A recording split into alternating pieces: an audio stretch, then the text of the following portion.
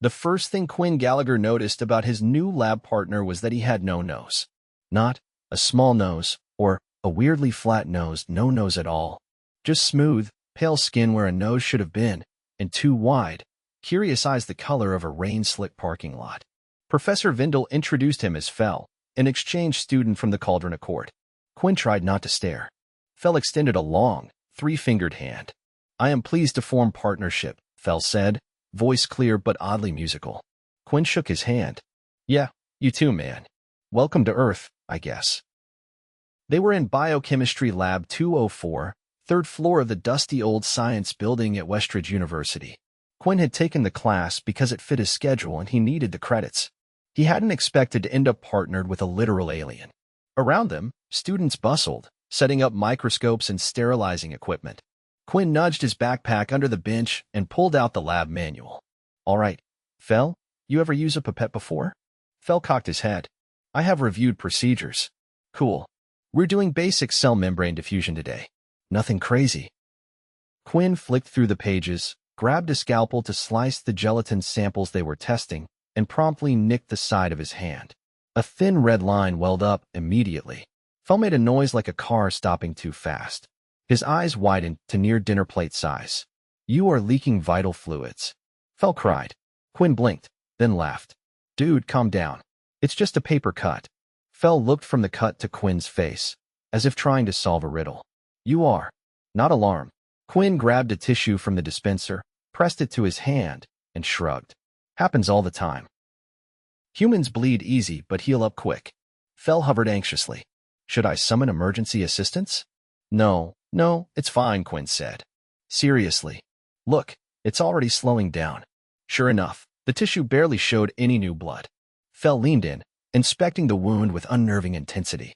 "This is considered normal injury." "Yeah, man. Paper cuts, stubbed toes, scraped knees, you name it. We patch ourselves up and keep moving." Phel blinked slowly. "Your species is resilient." Quinn chuckled. "We're just stubborn." Phel seemed to relax a little, though he still kept glancing at Quinn's hand as they set up the rest of the lab experiment. Quinn wiped the scalpel clean, bandaged his finger properly, and they got to work. For the next hour, they focused on the assignment. Phel was meticulous, almost painfully so, double-checking every measurement and asking endless questions about human lab practices. Quinn didn't mind. It was better than working with someone lazy. After class, as they packed up, Phel hesitated. "Quinn Gallagher," he said, "I wish to understand more of your kind's tolerance for injury." Quinn slung his backpack over one shoulder. "You can just call me Quinn, man. And sure, what do you want to know?" "There is a recreational event tomorrow, organized by your athletic department. Obstacle course challenge. I request your participation." Quinn raised an eyebrow. "You want me to run an obstacle course with you?" "Affirmative. I must observe human responses to minor injuries in dynamic conditions." Quinn laughed, but Phel's serious expression didn't budge. "All right," Quinn said. "You're on." The next afternoon was hot enough to bake an egg on the sidewalk. Quinn and Phel stood at the starting line of a makeshift obstacle course sprawled across the university's practice fields. Inflatable walls, mud pits, rope swings, the works. "You know you don't have to actually get hurt, right?" Quinn said as he tightened his shoelaces. "Acceptable risk parameters have been reviewed," Phel said gravely. Quinn shook his head, grinning. "You're something else, man." When the whistle blew, Quinn took off at a steady jog. Phel bounded alongside him, limbs moving with surprising grace. They vaulted over the first wall, scrambled under a net, and trudged through a pit of sticky mud. Halfway through, Quinn slipped on a wet patch and slammed his shin into a wooden beam. "Ah, crap," he hissed, hopping on one foot. Phel skidded to a halt. "You are compromised." Quinn waved him off, gritting his teeth. "Just banged it. Keep going." He limped a few steps, working out the sting. By the time they reached the tire run, his leg throbbed but held steady. They finished the course muddy, bruised, and out of breath. Phel buzzed with excitement. "You sustained dermal and muscular impact yet continued operational function," he said, scribbling notes on a small device. "Yeah, well, welcome to Earth," Quinn said, wiping sweat and mud from his forehead. Later, in the locker room, Quinn peeled off his sock to inspect the damage. His shin was already swelling, a nasty purple lump forming. "That's gonna be a beauty," he muttered. Phel hovered nearby. You should seek medical evaluation. Quinn sighed. Yeah, probably. He drove himself to the campus clinic, Phel riding shotgun and asking a dozen questions about pain thresholds and treatment protocols.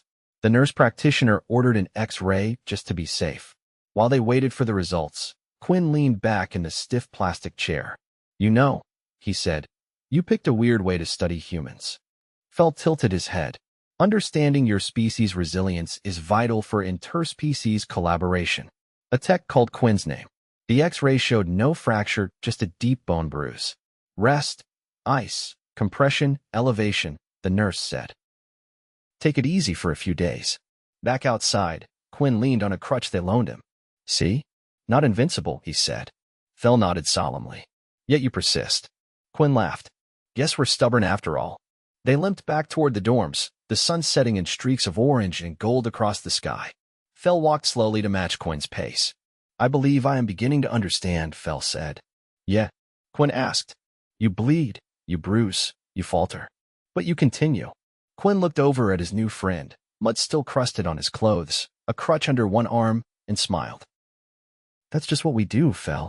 And together, they crossed the campus, one careful step at a time. 3 days later, Quinn limped into the small international cafe tucked behind the main student center, crutch tapping lightly against the tile floor.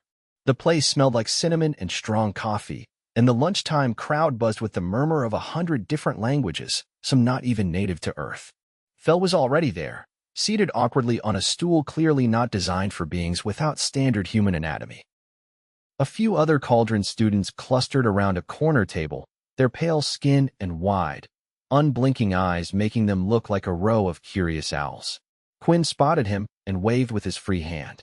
You made it, Phel said, rising a little too quickly and nearly toppling his tea.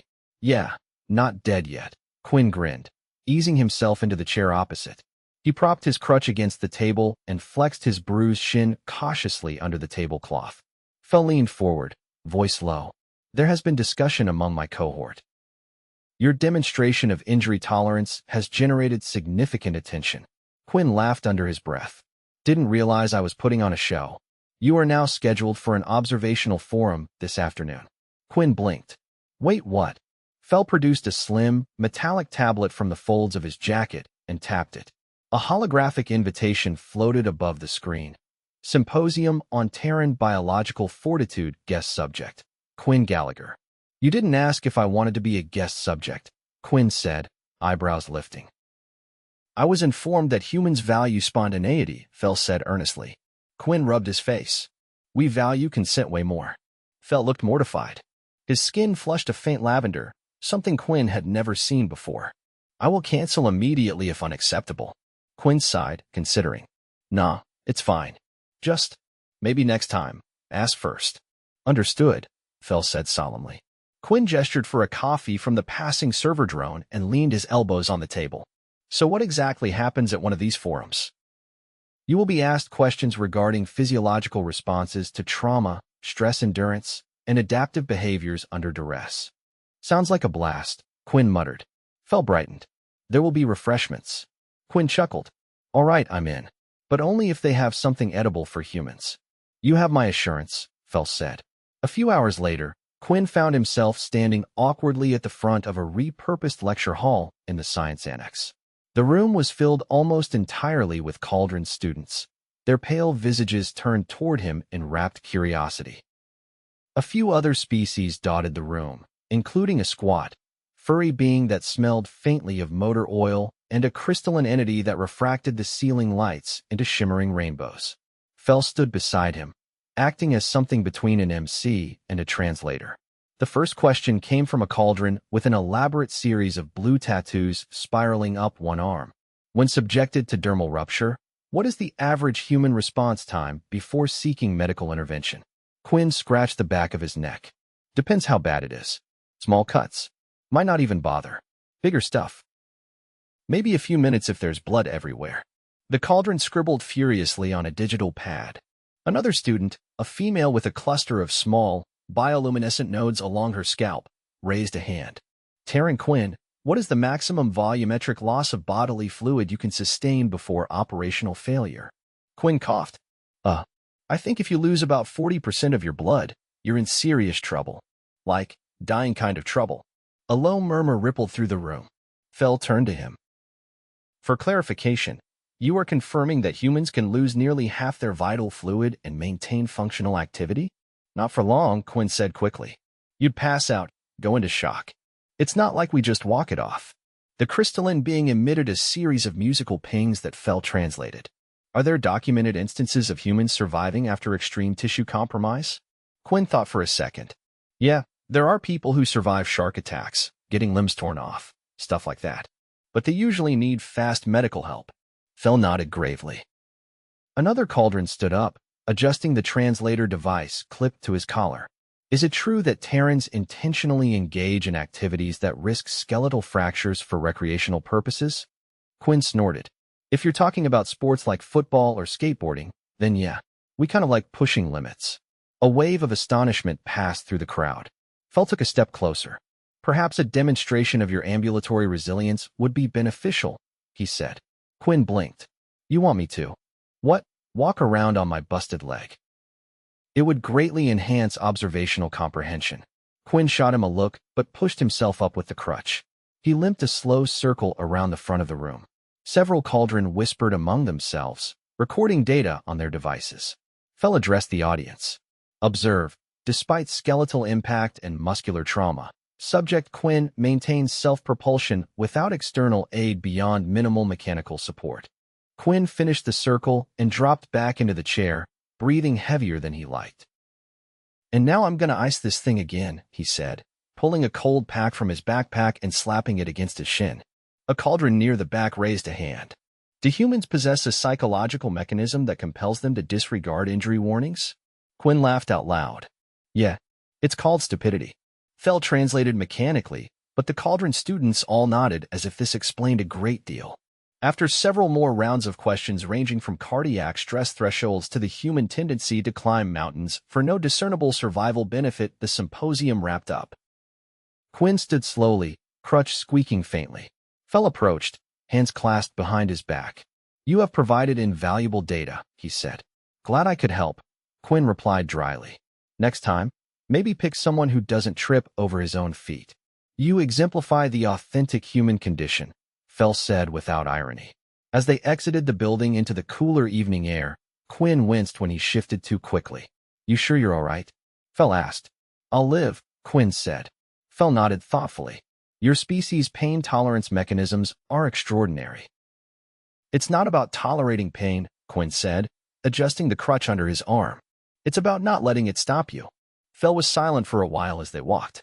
Near the main quad, they passed a group of human students practicing parkour, vaulting over benches and flipping off low walls.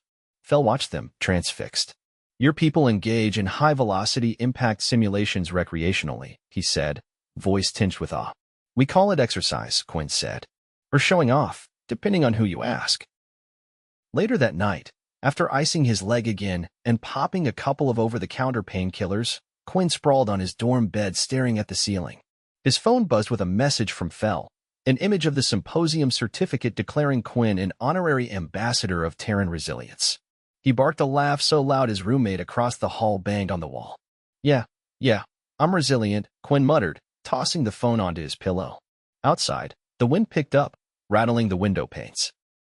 Somewhere below, a group of Kaldrin students practiced something that sounded suspiciously like human first aid techniques, their voices drifting up in the night air.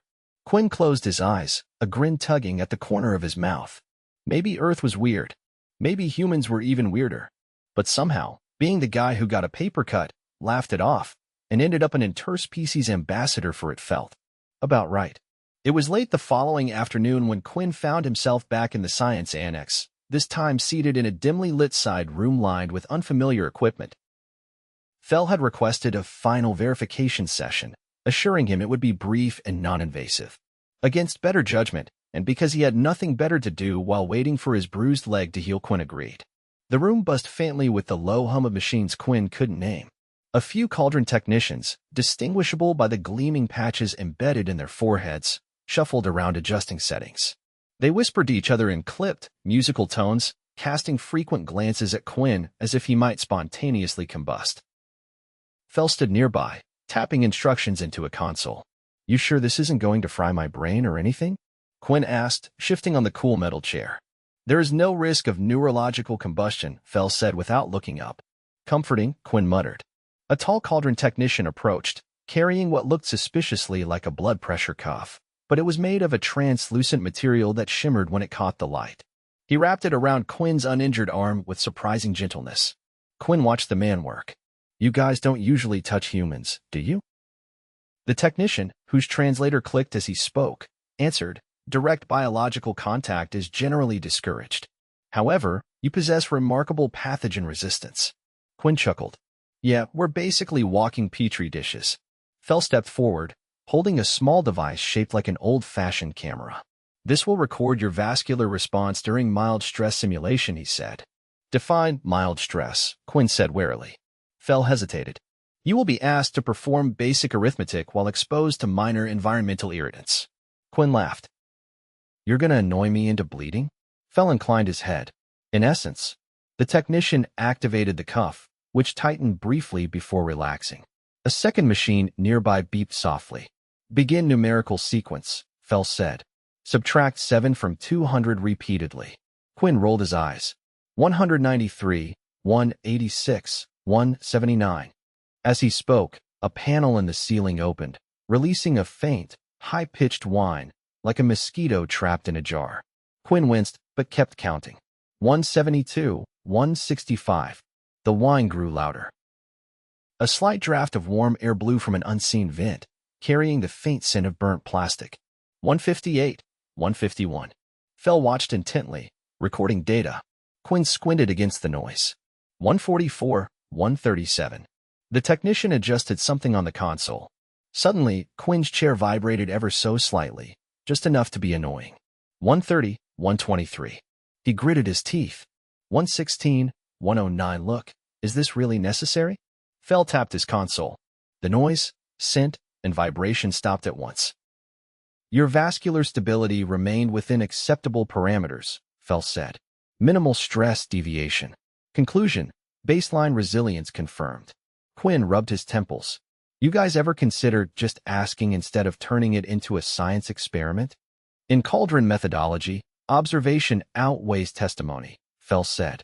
The technician removed the cuff and bowed slightly before retreating. Quinn stretched his arms overhead, muscles stiff from sitting still. So we done? He asked. One final assessment, Phel said, producing a small, silver sphere from his jacket. Quinn eyed it suspiciously. Does that thing explode? It measures reflexive protective behaviors, Phel said. You will catch it. Phel tossed the sphere lightly toward Quinn's face without warning. Startled, Quinn snatched it out of the air inches from his nose. Phel's eyes widened slightly, the cauldron equivalent of astonishment. Reflex latency, impressively low, he said. Quinn tossed the sphere back. You could have warned me. Authentic data requires unanticipated stimulus, Phel said. Quinn stood up, testing his leg. The swelling had gone down, though it still ached if he put too much weight on it. Anything else you want to poke and prod before dinner? He asked. Phel shook his head. All metrics are satisfactory. They exited the annex into the cool evening air. The sun hovered low, painting the sky in muted golds and purples. Students meandered across the quad, some human, some not, blending together in a patchwork of color and sound. They walked slowly toward the dining hall. Quinn noticed that Phel carried himself differently now, less stiff, more at ease among the chaotic human crowd. You know, Quinn said, you're getting better at blending in. Phel considered this. Adaptation is essential. Quinn grinned. Spoken like a true human. They entered the cafeteria, weaving through clusters of students. The cauldron had set up a small table near the salad bar, where several of them clustered, examining the human food with a mixture of fascination and horror. Phel led Quinn to their group. One of the other cauldron, a shorter one with pale green markings across his cheeks, offered Quinn a tray. Select sustenance appropriate for your metabolic requirements, he said. Quinn grabbed a sandwich and a soda, grateful for something simple. As they sat, one of the cauldron leaned forward. Taryn Quinn, she said, her voice lilting. We have reviewed extensive records of your species' historical endurance events. Is it accurate that humans have traversed desert terrains without mechanical assistance? Quinn swallowed a bite of sandwich. Yeah, People used to cross whole deserts on foot. Still do, sometimes. The Kaldrin murmured among themselves. Another asked, and aquatic endurance? It is true your kind can remain submerged for extended periods without respiratory aid. Some can hold their breath for several minutes, Quinn said. There are even competitions for it. Phel added, he also sustained minor blunt force trauma and continued locomotion earlier this week. Quinn shot him a look. Thanks for that reminder. The Kaldrin nodded solemnly. One of them, a female with a translucent membrane cresting from her skull, placed a small, decorated box on the table. In recognition of your contributions to interspecies understanding, she said, we present this token. Quinn opened it carefully. Inside was a delicate, silver band etched with swirling Kaldrin symbols. I can't accept this, he said, touched despite himself. It is customary, Phel said, symbolic of resilience and adaptability. Quinn slid the band onto his wrist. It fit snugly, cool against his skin. Thanks, he said. Really. As the evening wore on, they lingered at the table, swapping stories. The Kaldrin listened raptly as Quinn described human feats of survival. Mountain climbers braving avalanches, sailors crossing oceans alone, explorers trekking through frozen wastelands. None of it was told with bravado, just simple facts of human stubbornness in the face of impossible odds. Phel leaned closer as Quinn recounted a story about a man surviving a shipwreck by floating on debris for days. Your species' determination to endure defies logical projections, he said quietly. Quinn shrugged. We're not great at giving up. At last, the group dispersed, the Kaldrin disappearing into the twilight to file their reports, no doubt. Quinn and Phel remained, finishing their drinks. You know, Quinn said, when you first saw me bleed, you looked like you were gonna faint. Kaldrin physiology associates fluid loss with imminent mortality, Phel said. Quinn chuckled. Guess we're just Messier. Phel tilted his head. Or you have mastered survival through embracing imperfection. Quinn drained the last of his soda. Maybe. Or maybe we're just too stubborn to know when to quit. They stood up, stretching. As they walked back toward the dorms, the cool night air wrapped around them, carrying the distant sound of laughter and music. Tomorrow, Phel said, there is a cultural exchange event. Quinn raised an eyebrow. More experiments? No, Phel said. Recreation. Music, games, communal nourishment. Quinn grinned. Count me in. Phel paused, then added, you will not be required to bleed. Quinn laughed, the sound echoing into the night. Good, he said. I'm running low. They crossed the campus together, the stars bright above, and for the first time in a long while, Quinn felt like maybe, just maybe, humanity fit into this strange, sprawling universe after all scars, bruises, and stubborn hearts included.